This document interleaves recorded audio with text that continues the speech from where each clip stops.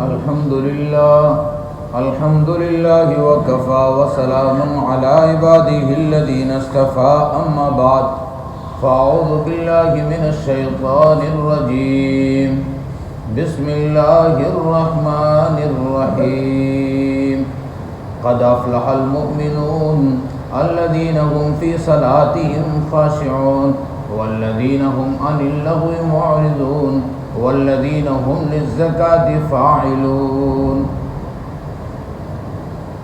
سبحان ربك رب العزة عما يصفون وسلام على المرسلين والحمد لله رب العالمين اللهم صل على سيدنا محمد وعلى آل سيدنا محمد وبارك وسلم اللهم صل على سيدنا محمد وعلى آل سيدنا محمد وبارك وسلم اللهم صل على سيدنا محمد وعلى آل سيدنا محمد وبارك وسلم.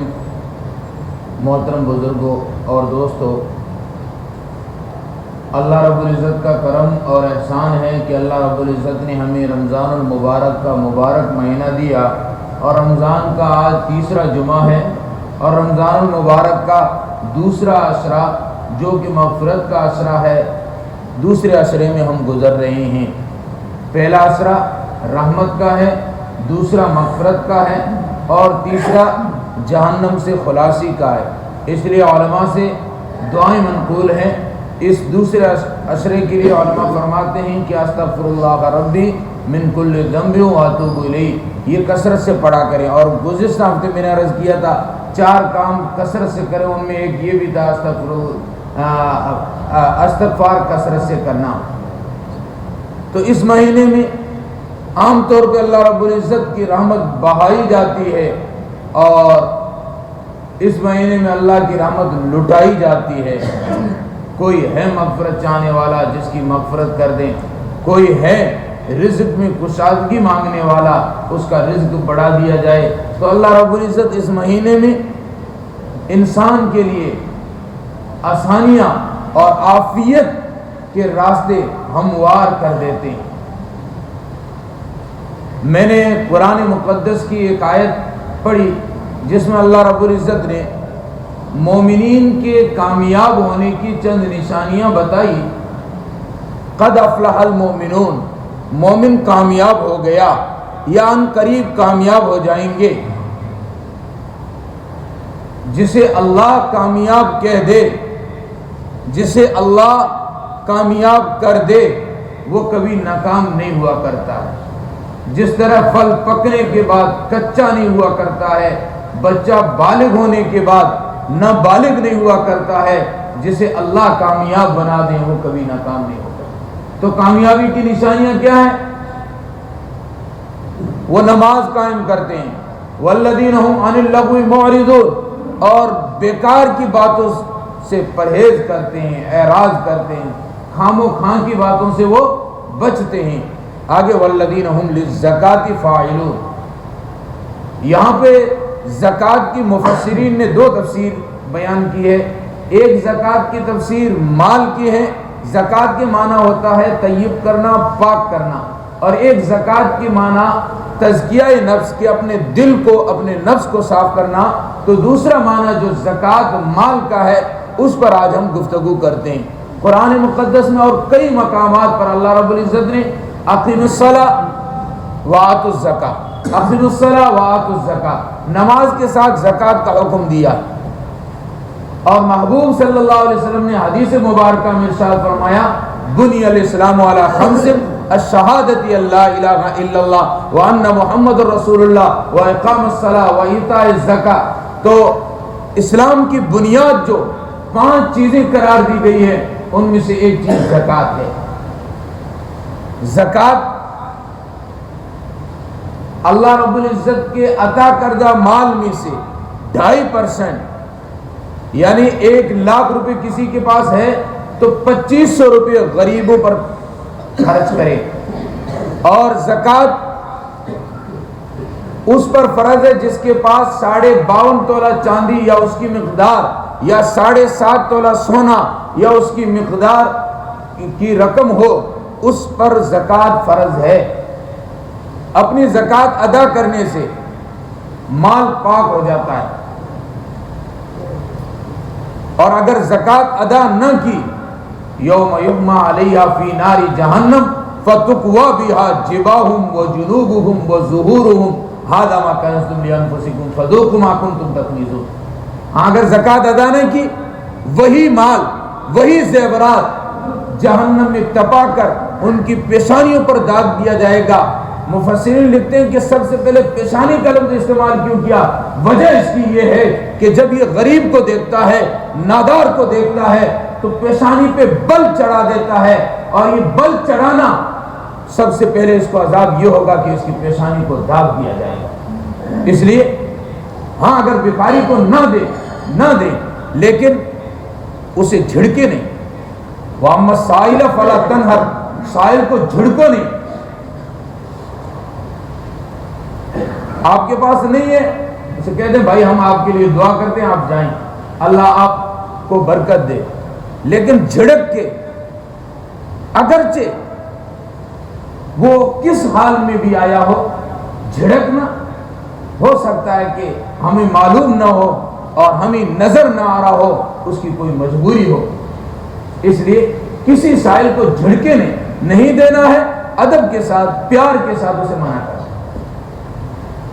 تو جب یہ سائل کو غریب کو دیکھتا ہے پیشانی پہ بل لے آتا ہے تو سب سے پہلے پیشانیوں کو داغا جائے گا, پھر پیٹھوں کو داغا جائے گا. تو دوستو اس لیے اپنے مال کو پاک کرنے کے لیے زکوٰۃ پوری ادا کریں. قرآن مقدس میں ایک جگہ اللہ نے ارشاد فرمایا ان اللہ اشتری من المؤمنین انفسهم واموالهم بان لهم الجنہ, کہ ہم نے مومنین کے مال کو, مومنین کی جانوں کو ہم نے جنت کے بدلے میں خرید لیا. تو جب مال اللہ کا, جان اللہ کی, تو اللہ کے راستے میں خرچ کرنے میں کیا رکاوٹ ہے؟ اور دوسری بات یہ ہے اپنی زکوٰۃ جو ہے صحیح جگہوں پر پہنچاؤ, اور زکوٰۃ دینے کے بعد سامنے والے سے یہ کہنا کہ لو 5000 زکوٰۃ لیجیے, ہمارے لیے دعا فرمانا. شریعت کے مزاج نے, فقہائے کرام نے اس سے منع کیا. بھائی آپ اس پر احسان نہیں کر رہے ہو, وہ بندہ آپ پر احسان کر رہا ہے جو آپ کے مال کو پاک کر رہا ہے, آپ کی زکوٰۃ لے کے جا رہا ہے. پہلے زمانے میں یہ جو مدارس کا اس طرح چندہ ہوتا ہے ایسے نہیں ہوتا تھا, بلکہ اپنی زکوٰۃ خود لے جا کر پہنچانی ہوتی تھی, یا جو اس زمانے میں جو بیت المال وغیرہ ہوتے تھے اس میں جا کے خود جمع کرانی ہوتی تھی. ہمارے بزرگوں نے جب دیکھا کہ انگریز یہاں آیا ہوا ہے اور انگریز بڑوں پر بھی محنت کر رہا ہے, چھوٹوں پر بھی محنت کر رہا ہے, سب پر محنت کر رہا ہے, تو ہمارے بزرگوں نے الگ الگ انداز میں محنت کی.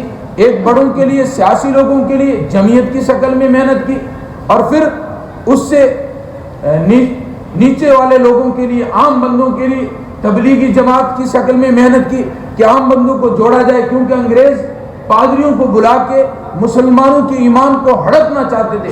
پھر بچوں کا مسئلہ تھا, انگریز فری میں تعلیم دیتا تھا, تو اللہ رب العزت نے ہمارے بزرگوں کے دل میں یہ بات ڈالی, اور بزرگوں نے کہا کہ ہم عام مسلمانوں سے چندہ کریں گے اور پیسے اکٹھا کریں گے, اور ہم غریب بچوں کو, مسلمان بچوں کو پڑھائیں گے. جس طرح انگریز کہتا ہے کہ فری میں تعلیم دیں گے, اسی طرح ہم بھی فری میں تعلیم دیں گے. تو اس وقت یہ ایک نظام بنا کہ بھائی گاؤں گاؤں جا کے مسلمانوں سے چندہ لے کے آؤ اور مسلمانوں کے بچوں کو پڑھایا جائے اور ان کی تعلیم پر خرچ ہو. یہ جو ہمارے پاس چندہ لینے آتے ہیں, زکوٰۃ لینے آتے ہیں, ان پر ہمارا احسان نہیں ہے, ان کا ہمارے اوپر احسان ہے کہ ہمارے مال کو پاک کر رہے ہیں. تو اس لیے فقہائے کرام اور شریعت کا مزاج یہ کہتا ہے کہ یہ کہنا کہ حضرت میرے لیے دعا کریں, شریعت اس سے منع کرتی ہے, بلکہ اس کا احسان ہے آپ کی زکوٰۃ لے کے جا رہا ہے.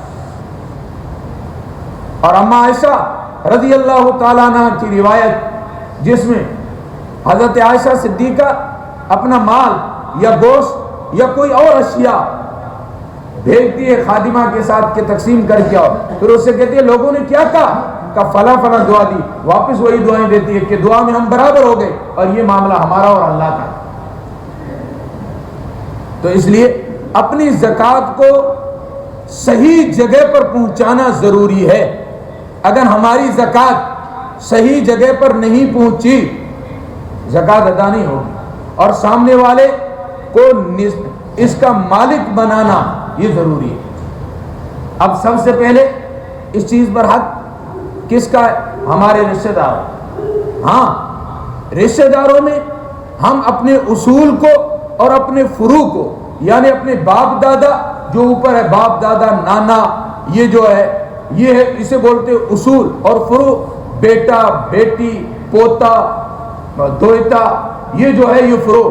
تو یہ جو اپنے جو اصول اور فروع ان کو نہیں دے سکتے، ان کے علاوہ باقی آپ کے رشتہ داروں میں اگر کوئی غریب ہے، آپ کی بہن غریب ہے اسے دو، اور آپ کا بھائی غریب ہے اسے دو، آپ کا پڑوسی غریب ہے اسے دو۔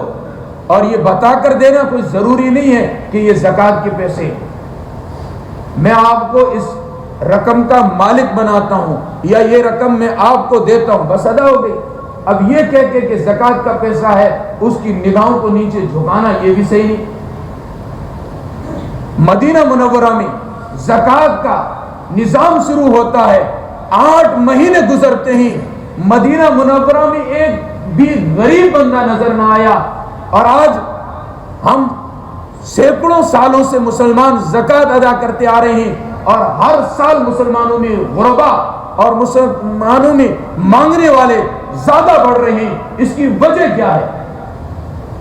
میری عقل میں اور میری سمجھ تک جو بات آئی ہے وہ یہ ہے کہ صحیح معنوں میں مسلمان ایک تو زکوٰۃ ادا نہیں کر رہے ہیں، اور اگر زکوٰۃ ادا کر رہے ہیں صحیح جگہوں پر مسلمان اپنی زکوٰۃ کو پہنچا نہیں رہے۔ ایک بزرگ کہتے ہیں کہ سب سے پہلے اگر ہم نے اس غریبی کو دور کرنا ہے، زکوٰۃ کا نظام جو مدینے میں چلا تھا ویسے چلانا ہے، سب سے پہلے ہم نے اپنی مسجد کے ارد گرد دیکھنا پڑے گا۔ مسجد سے سامنے 40 گھر، پیچھے 40 گھر، ادھر 40 گھر، ادھر 40 گھر، 160 گھر،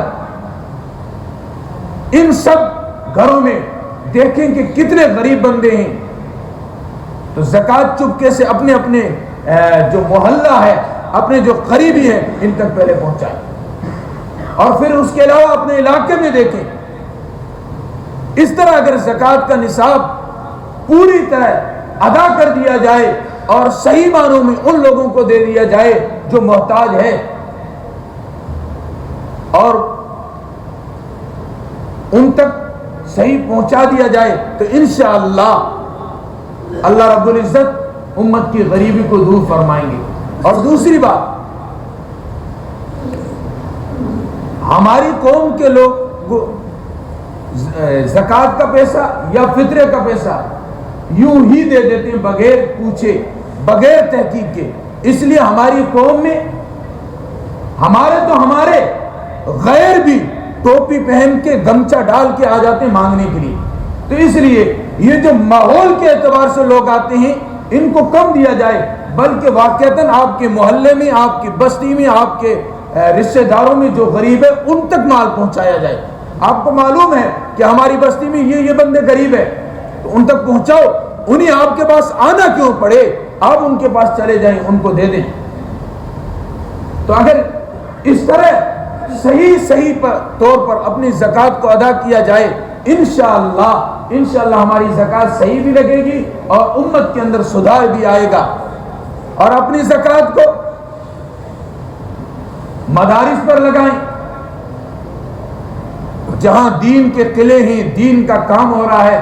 اگر یہ مدارس باقی نہیں رہیں گے تو یہ دینداری، یہ ہمارے پاس دین، یہ کلمہ، یہ بھی نہیں رہے گا۔ ان مدارس کی بدولت اللہ رب العزت کے کرم سے یہ دین ہم تک پہنچا ہے اور باقی ہے۔ تو اپنی زکوٰۃ مدارس کے غریب بچوں تک پہنچائیں، مدارس تک پہنچائیں، تاکہ وہ دین کا کام کر سکیں۔ اور دوسری بات، اگر زکوٰۃ ہم نے ادا نہ کی، مال یہیں کا یہیں رہ جائے گا، کسی کے ساتھ کوئی مال نہیں گیا ہے۔ ہاں، آج صبح میں قبرستان میں جب کھڑا تھا تو اس وقت ایک ذہن میں ایک بات آئی، لوگوں کی وہ قبروں کی لائن دیکھ کے دل میں خیال آیا، یہ بھی کبھی زمینوں کے مالک ہوا کرتے تھے۔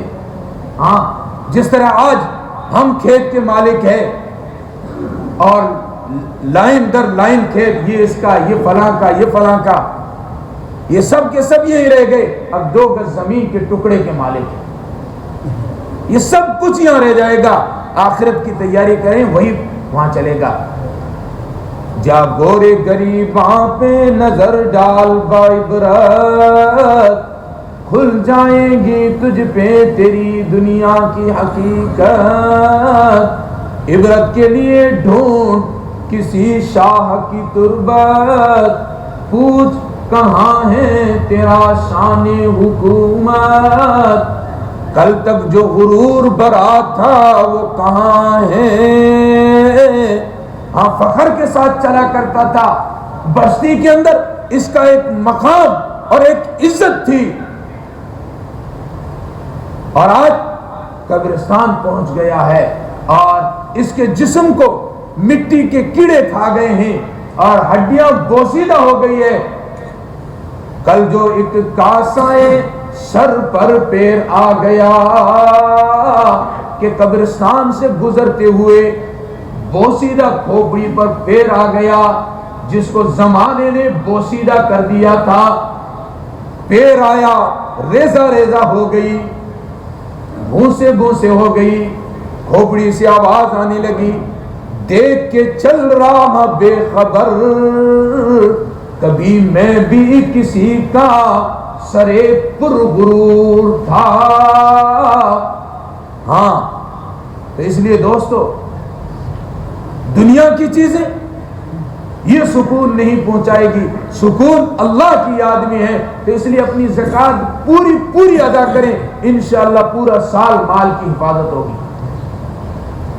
میں نے ایک بار جمعے میں واقعہ سنایا تھا کہ دارالعلوم دیوبند کے ایک منشی صاحب تھے، وہ تہجد کی نماز کے لیے اٹھے، ایک چور آ گیا اور چور تالا توڑنے کی کوشش کر رہا ہے اور یہ تہجد پڑھ رہے ہیں، اور یہاں تک کہ فجر کا ٹائم ہو گیا۔ فجر کے ٹائم اس نے بولا کہ بھائی آدھی رات سے لگ رہے ہو، ابھی تک تالا نہیں ٹوٹا تم سے، تو اب تو صبح ہو گئی، اب کیا خاک ٹوٹے گا؟ وہ سمجھا کہ جگ گئے ہیں اور بھگ گئے۔ یہ آئے امام صاحب کے پاس اور ان کا ایک تکیہ کلام تھا کہ اللہ کے فضل سے، تو امام صاحب کے پاس فجر کے بعد آئے اور بیٹھے اور کہنے لگے کہ امام صاحب آج اللہ کے فضل سے اللہ کا غضب ہو گیا۔ پوچھا کیا مطلب؟ کہا کہ اس طرح میں تہجد پڑھ رہا تھا، چور آیا تھا اور وہ کوشش کرتا رہا تالا ٹوٹ جائے، تالا نہیں ٹوٹا، صبح فجر کے ٹائم میں نے بولا کہ آدھی رات سے لگ رہے ہو، ابھی تک تم سے نہیں ٹوٹا، کیا کرو گے تم؟ تو کہا کہ وہ بھگ گیا۔ تو امام صاحب نے کہا بھائی اسی وقت جب تم جگ ہی گئے تھے تو اس وقت اسے کہتے ہیں کہ بھائی میں جگ گیا ہوں۔ کہا کہ میں کیوں کہتا، میں زکوٰۃ پوری ادا کرتا ہوں، مجھے میرے اللہ پر بھروسہ ہے کہ میرے مال کی حفاظت میرے اللہ فرمائیں گے۔ کہا کہ اس وجہ سے میں نے کچھ نہیں کہا۔ تو دوستو اگر ہمارا مال اللہ کے راستے میں لگائیں گے تو یہ ہمارے لیے برکت کا باعث بنے گا، نہیں تو مال نے تو لگنا ہی ہے، اگر وہاں نہیں لگائیں گے، اللہ کے دین کے لیے نہیں لگائیں گے تو اللہ اور جگہوں پہ لگوا دے گا، کبھی مقدمے میں، کبھی جھوٹی دوائی میں، یا کبھی کسی اور چیز میں کہ پیسے ڈوب گئے۔ اس لیے اپنی زکوٰۃ پوری ادا کریں، انشاءاللہ اس سے سکون ملے گا۔